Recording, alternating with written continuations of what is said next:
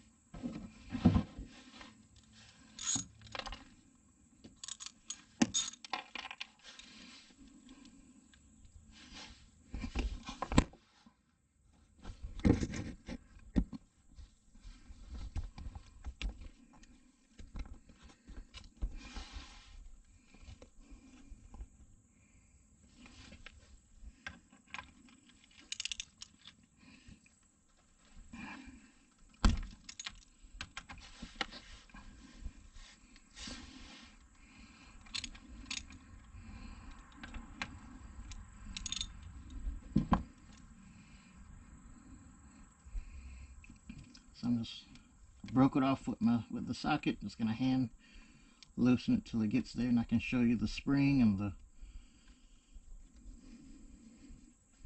strainer that's behind there. I like to keep it there just in case I can kind of see what's in there. There's the cap. Just let the holder on.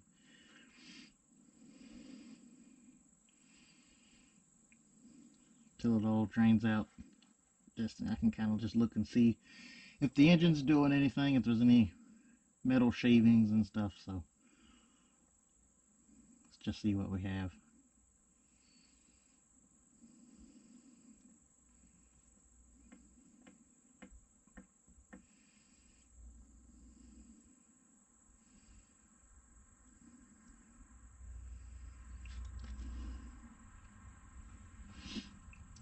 And this machine actually holds right around 3 quarts, so I put 3 quarts in there and I cycle it through.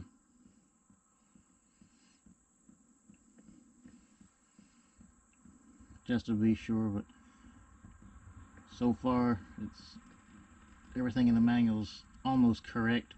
I spoke with the motorcycle doctor a few months ago, and actually he told me this trick I could do with my my dipstick to record it for 3 quarts. So I'm just gonna let this drain out a little bit more.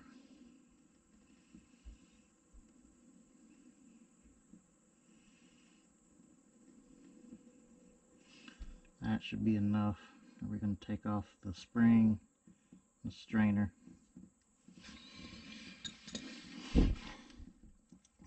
And right here you can see there's the spring.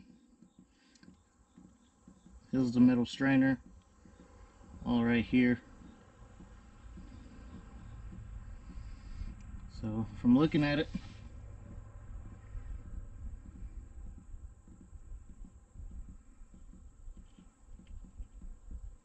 looks to be in good shape. I don't see any metal shavings.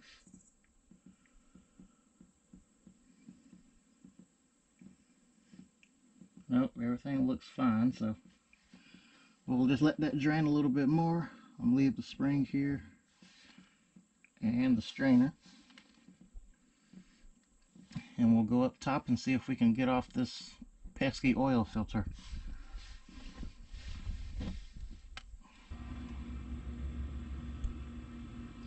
Alright, the oil filter is right back there, so it's gonna take me a little bit just to get to it and kind of wiggle my large fingers in there to get it. So we'll pick back up as soon as I actually get to be able to pull this thing off.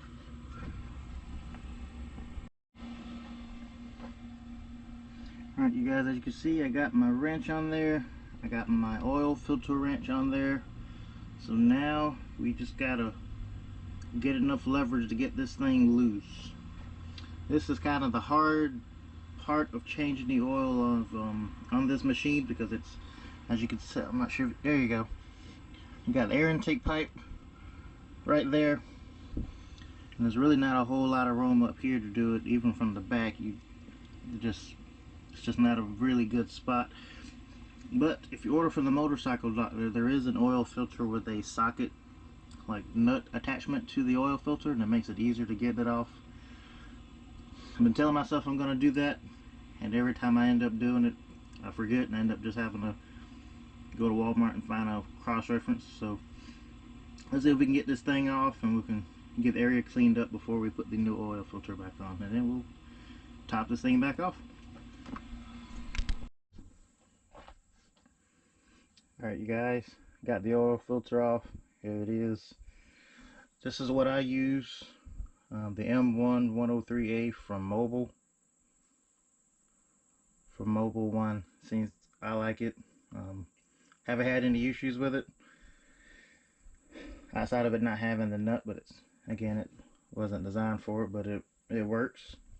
I found a cross-reference with a bunch of oil filters that are supposed to work with these machines, so I've been using it for going on 3 years now. Haven't had any issues, but there's the number, M1 103A Mobile One. So now that we got this off, and here's my oil filter wrench with the flutes, 14, I believe that's what that says there. Can't quite read it, but other than that, let's get the new one back on.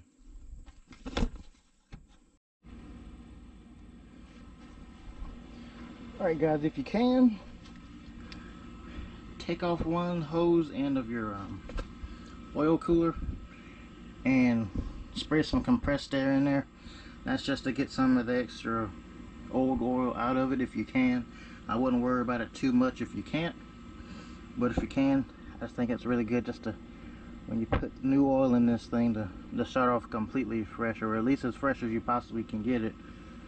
I'm sure there's still some in there that you can't get, but with the oil filter, and well, the new oil filter, you should be able to cycle it through and it shouldn't be an issue. But if you just want to let you guys see that, if you can, there's 2 of these nipples on both sides of your oil cooler. Oil cooler is the front one, the front radiator that you see right there. So if you can, let's give that a shot. I've did it a couple times so far, seems to be okay. Haven't had any issues. I wouldn't do it a whole lot, but it was enough where I had oil running out here from the extra blow through. So there was enough in there to make a little bit of a mess that I now have to clean up.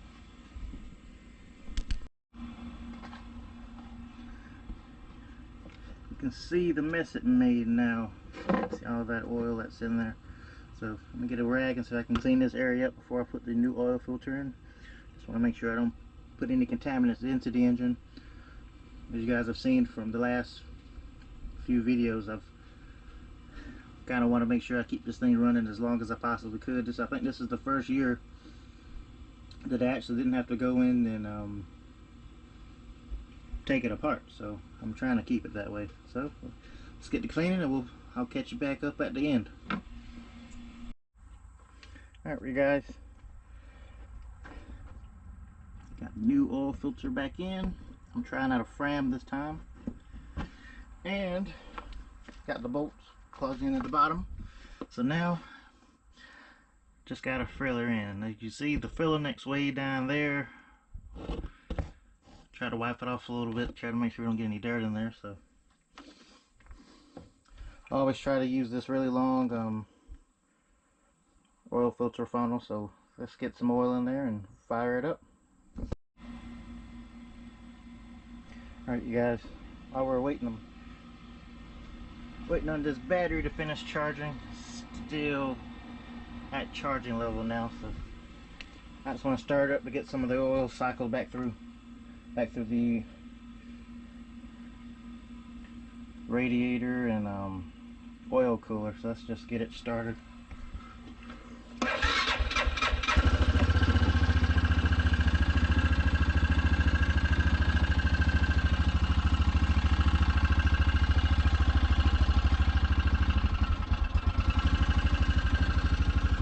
Quite sure I have a bad battery. This thing's actually shut off on us in the woods last week, so I'm gonna try out a new battery, see how that works. I'm sure that's what the problem is. It'll stay running for a little bit, but then as a little bit it'll start to kind of shudder, and then eventually it'll shut off. So the only way I'm able to get it to go now, I've charged it a couple of times, but the only way to get it to really stay on long term is to keep it on this pack. So see how this new battery works, and we'll go for a little ride later. But overall, I just want to thank you guys for watching. Thank you guys for taking out the time of your wonderful Saturday to listen to me ramble on and talk. But I just appreciate you guys' time. Thank you guys for the support. Thank you guys for the love. Just so you guys don't remember, I went and started a new channel, so this new channel already has more subscribers than my old channel did, so far it looks like we're on a good track. But just gonna let this run for a few minutes, check the oil one more time, and that'll be it for this video.